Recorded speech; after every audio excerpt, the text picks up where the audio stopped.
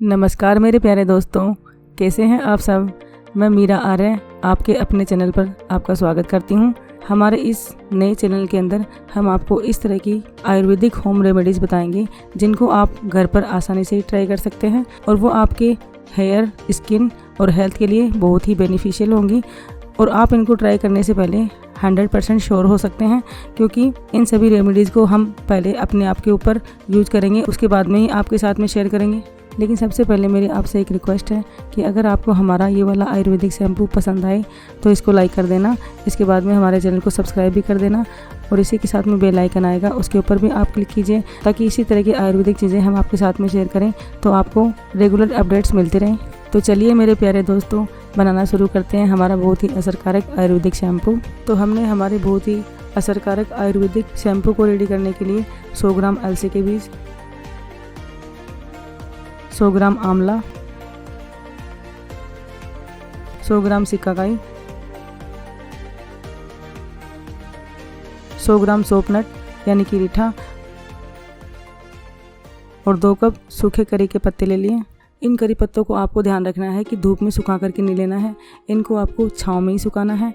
चलिए हम बता देते हैं कि इन सभी चीज़ों में कौन कौन से आयुर्वेदिक पोषक तत्व होते हैं जिनसे हमारे हेयर ग्रोथ बढ़ जाती है और स्कैल्प में होने वाली सभी प्रॉब्लम्स को भी ये शैम्पू दूर करता है। तो अलसी के बीज के अंदर ओमेगा 3 फैटी एसिड पाया जाता है जिससे हमारे हेयर की ग्रोथ बहुत जल्दी होती है। इसी के साथ में हमारा शैम्पू बहुत क्रीमी सा बनता है, जैसा कि हम बाज़ार से शैम्पू लाते हैं उस जैसा टेक्सचर लाने के लिए हम इसमें अलसी के बीज डालेंगे। 100 ग्राम हमने आंवला लिए है। आंवला के अंदर विटामिन सी पाया जाता है जो हमारे बालों को झड़ने से रोकता है। इसी के साथ में ये हमारे बालों को शाइनी बनाने में भी बहुत मदद करता है।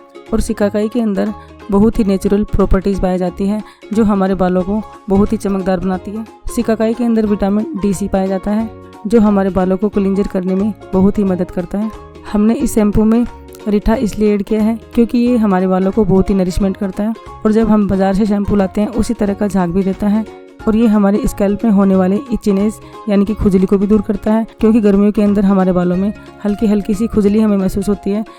इस शैम्पू को यूज़ करने के बाद में ऐसी कोई प्रॉब्लम आपको बिल्कुल भी नहीं होगी। और करी पत्ते हम हमारे शैम्पू में इसलिए ऐड करेंगे क्योंकि ये हमारे बालों को काला, घना और मजबूत बनाएगा।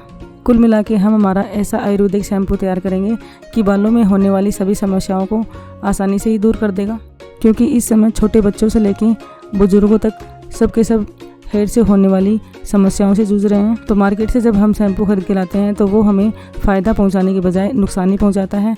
और वो वाले शैम्पू कितने महंगे मिलते हैं ये हम सब जानते ही हैं।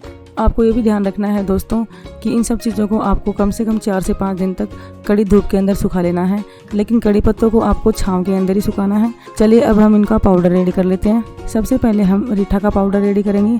तो रीठा के अंदर मोटे से बीज आते हैं, उनसे हमारी मिक्सर ख़राब हो सकती है, इसलिए हम एक इमाम दस्ता लेंगे और इनको हल्का सा कूट कर इनके अंदर के बीज हटा लेंगे। देखिए हमने रीठा के सारे बीज हटा लिए हैं। इन सभी रीठा को हम मिक्सर के अंदर डालकर इसका एक फाइन कंसिस्टेंसी वाला पाउडर रेडी कर लेंगे। ये देखिए हमने रीठा का पाउडर रेडी कर लिया है। इसे हम बाउल में निकालकर साइड में रख देते हैं। इसी तरह से हम एक एक करके सभी इंग्रेडिएंट का फाइन कंसिस्टेंसी वाला पाउडर रेडी कर लेंगे।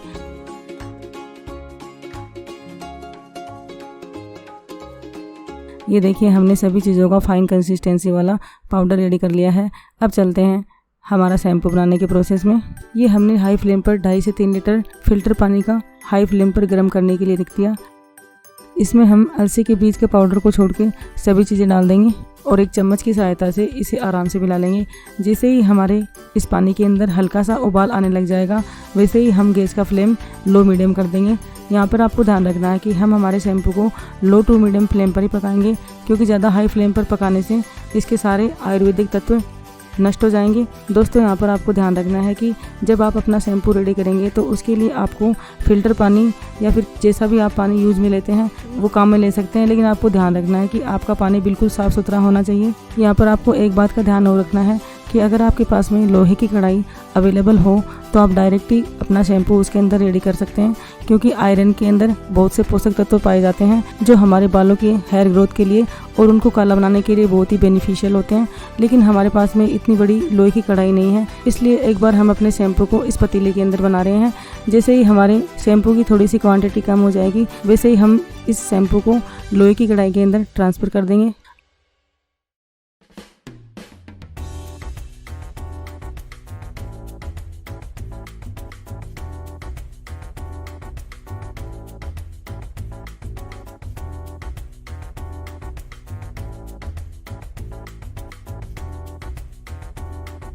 अब हमारा शैम्पू अच्छी तरह से उबलने लग गया है।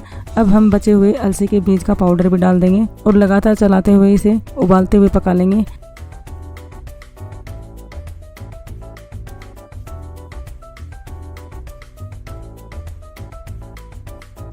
देखिए उबालते उबालते हमारे शैम्पू की क्वांटिटी थोड़ी सी कम होने लग गई है।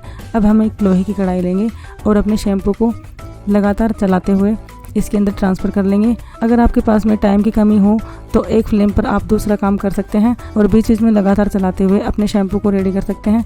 इस तरह से आपकी टाइमिंग का भी आपको कोई प्रॉब्लम नहीं होगा।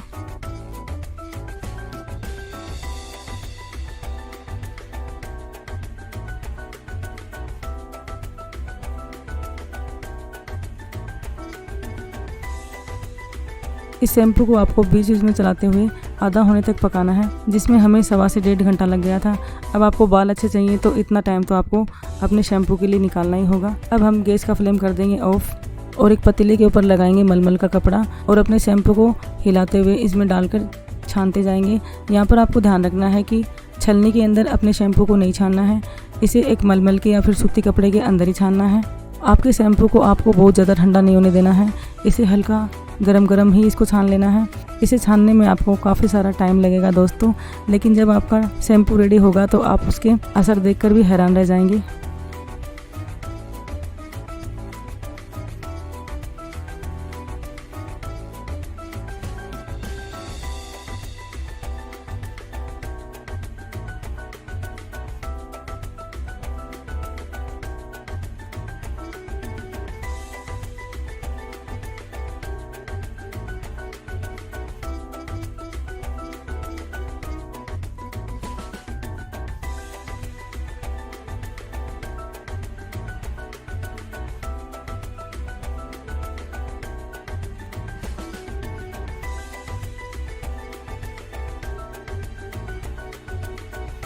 ये देखिए हमने हमारा सारा का सारा शैम्पू छान लिया है, लेकिन इसके ऊपर के पेस्ट को आप वेस्ट या फिर कचरा समझ रहे होंगे, लेकिन ऐसा बिल्कुल नहीं करना।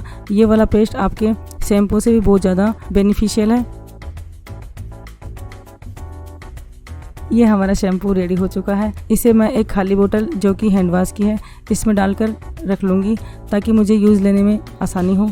इस बोतल के अंदर जितना शैम्पू आ सकेगा उतना हम डाल लेंगे। बाकी का शैम्पू एक बड़े से डिब्बे के अंदर डालकर फ्रिज के अंदर रख लेंगे और ये हमारा 2 से 3 महीने तक आराम से काम में ले सकते हैं हम। ऐसा नहीं है कि इस शैम्पू को आप हेयर वॉश करने में ही काम में ले सकते हैं, इसे आप बॉडी वॉश या फिर हाथों को धोने में भी यूज़ ले सकते हैं। ये बहुत ही असरकारक है और हमारी बॉडी पर ये बहुत ही अच्छी सी क्लींजिंग का काम करता है।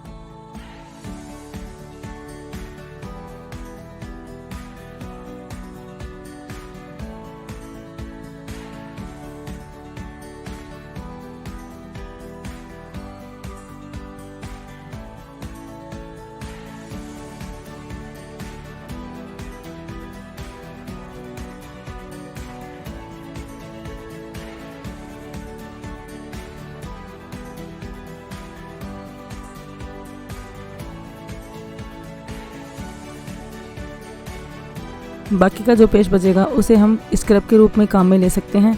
ये हमारी बॉडी पर बहुत ही अच्छी सी स्क्रबिंग का काम करता है। इसके लिए आपको बाज़ार से स्क्रब खरीदने की बिल्कुल भी आवश्यकता नहीं है। इसको आप यूज़ में लेके देखिएगा, आप इसके रिजल्ट्स देखकर हैरान रह जाएंगे। ये देखिए मैं आपको अपने हाथों पर स्क्रब करके दिखाती हूँ ये किस तरह से हमारे हाथों पर या फिर बॉडी के किसी भी हिस्से पर अच्छी तरीके से काम करता है। इस पेस्ट को भी एक डिब्बे के अंदर डालकर फ्रीज में रख देंगे और जब भी हम इसे काम में लेंगे तब थोड़ा सा निकाल लेंगे चम्मच से और बाकी का वापस रख देंगे। लेकिन आपको ध्यान रखना है कि इसे आपको फ्रिज के अंदर ही रखना है और जब भी काम में लेते हैं तभी निकालना है। इस वाले स्क्रब को यूज़ में लेने के बाद में आपको एक बात ध्यान और रखनी है, अपने हाथों को आपको साबुन से भी धो लेना है, क्योंकि एक बार आंवले की वजह से हल्का हल्का सा कालापन रह सकता है, तो साबुन से वो दूर हो जाएगा।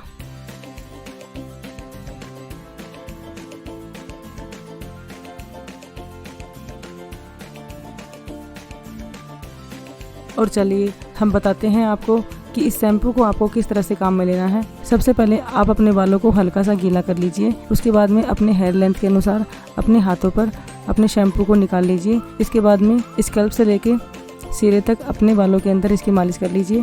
और कम से कम इस शैम्पू को आपको अपने सर के अंदर आधा घंटा तक लगे रहने देना है।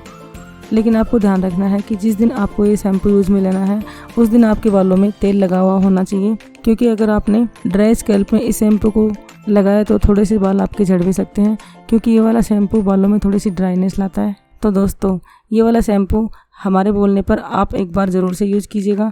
आपकी बालों में होने वाली सभी समस्याएं इस शैम्पू से दूर हो जाएंगी, चाहे वो डैंड्रफ, ऐसे में बालों का सफ़ेद होना, बालों का झड़ना, या फिर बालों का कम बढ़ना, या फिर बालों का दो मुंह का हो जाना। सभी की सभी समस्याएं आपके इस शैम्पू के यूज़ करने से दूर हो जाएंगी। इस वाले शैम्पू के बाद में हम आपके लिए एक बढ़िया सा ऑयल भी लेके आएंगे, जो आपकी स्कैल्प के लिए बहुत ही बेनिफिशियल होगा। वो वाला ऑयल भी आपके लिए बहुत ही असरकारक होगा। तो मिलते हैं दोस्तों एक नई सी असरकारक होम रेमेडी के साथ में। लेकिन एक बार फिर से हम आपसे रिक्वेस्ट करना चाहेंगे कि अगर आपको हमारी ये वाली रेमेडी पसंद आती है तो इसको लाइक ज़रूर से कीजिएगा, इसी के साथ में सब्सक्राइब भी कीजिए। और आपको लगता है कि आपके फ्रेंड्स और फैमिली में काम आ सकता है तो उनको शेयर ज़रूर से कीजिएगा। मिलते हैं दोस्तों एक नई होम रेमेडी के साथ में। Thanks for watching. स्वस्थ रहिए, मस्त रहिए, स्वस्थ रहिए।